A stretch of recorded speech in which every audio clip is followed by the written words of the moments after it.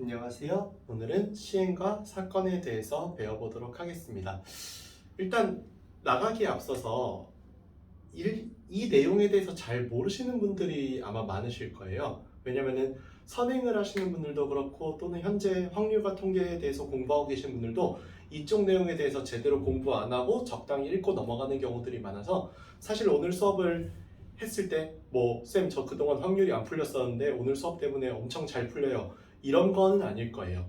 확률 계산은 이거와는 다른 영역이기 때문에 확률 계산을 할 때 이 내용이 직접적으로 도움은 되지 않지만 그래도 이 내용을 알고 있으면 확률에 대해서 깊게 이해할 때 매우 도움이 되기 때문에 조금이라도 더 한글에 대해서 또 거기 나와 있는 텍스트에 대해서 이해도를 높이기 위해서 오늘 내용 공부해 두시면 매우 도움 될 거예요. 우선 시행과 사건에 대해서 배워볼 건데 수많은 용어들에 대해서 먼저 정의를 할 거예요. 시행이라는 건 뭐냐면요. 같은 조건에서 반복할 수 있고 결과가 우연에 의해서 결정되는 실험 또는 관찰이에요. 핵심은 확률이라는 걸 계산하기 위해서는 반드시 이 우연성이 있어야 한다는 겁니다. 우연에 대해서 나오는 것이 확률이지 내가 계속 묵 가위바위보 할 때 계속 주먹만 낸다라고 하면은요 우연성이 없어져요. 아니 애시당초 주먹만 낸다라고 하면은 그건 확률을 잴 이유가 없어지는 거죠. 정확하게 말하자면은 가위바위보에서 우리가 확률을 따진 이유는 주먹을 낼지 가위를 낼지 볼을 낼지 아무도 모르기 때문이죠. 그렇기 때문에 여기는 시행이라고 하는 것이 의미가 있는 거지 맨날 주먹만 내는 사람한테 확률이라고 하는 건 의미가 없어서 우연에 의해서 결정되어야 된다는 걸 1번으로 우리가 생각을 해야 돼요.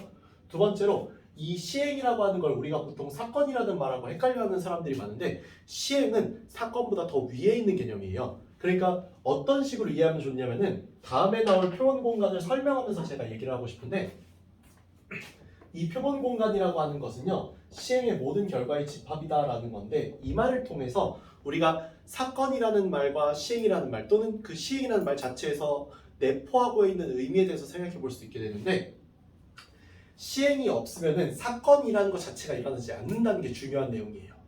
시행을 해야 시행에 따른 표본 공간 여기선 S죠? 이 S가 이렇게 발생을 하고 그 S 안에서 사건이 등장하는 거니까요. 즉 시행이 사건보다 더 위에 있는 개념입니다. 또한 이 표본 공간이 이렇게 구성이 되고 근원 사건이라고 하는 개념이 생기게 되는데 이 근원 사건은요 표본 공간의 원소 하나하나를 의미하게 돼요. 원래는.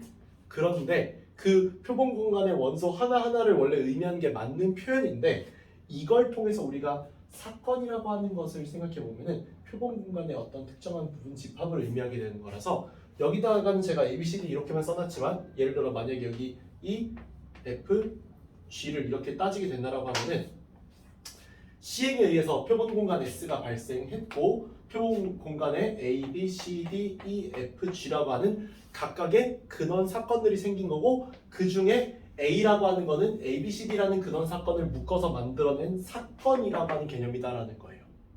그래서 우리가 갑자기 뜬금없이 쌤 확률 계산을 하는데 왜 갑자기 집합에 대해서 저희가 배우고 있죠? 라고 한다면은 확률 계산을 집합이라는 개념으로 돌리기 때문이에요. 우리가.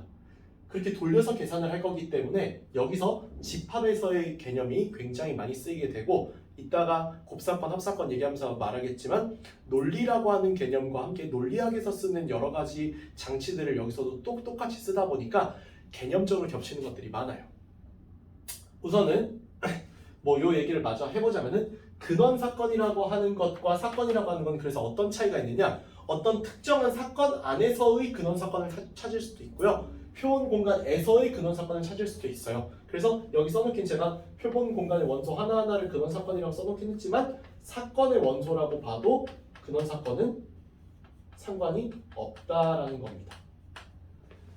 그래서 특정한 사건의 원소를 찾으려고 해도 되고 그거는 어떤 방법을 쓰는 상관이 없다라는 겁니다. 원래 근원 사건은 표본 공간의 원소 하나하나를 말하는 게 맞아요. 원래는. 다만 사건이라고 하는 것을 그 근원 사건의 기반으로 만들기 때문에 이 근원 사건이라는 용어가 어떻게 쓰이냐에 따라 굉장히 문제가 되게 어렵게 나올 수도 있다라는 거.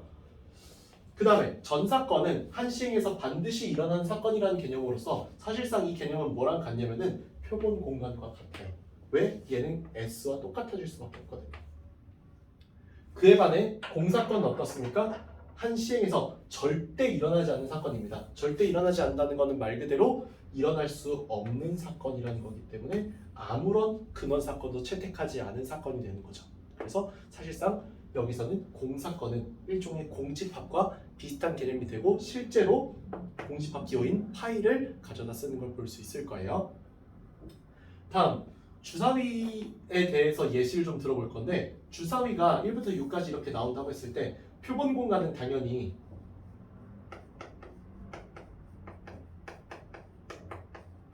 (1, 2, 3, 4, 5, 6으로 구성이 되겠죠. 그리고 그 근원 사건이라고 하면 하나하나의 사건을 다 집합화시킨 1, 2, 3,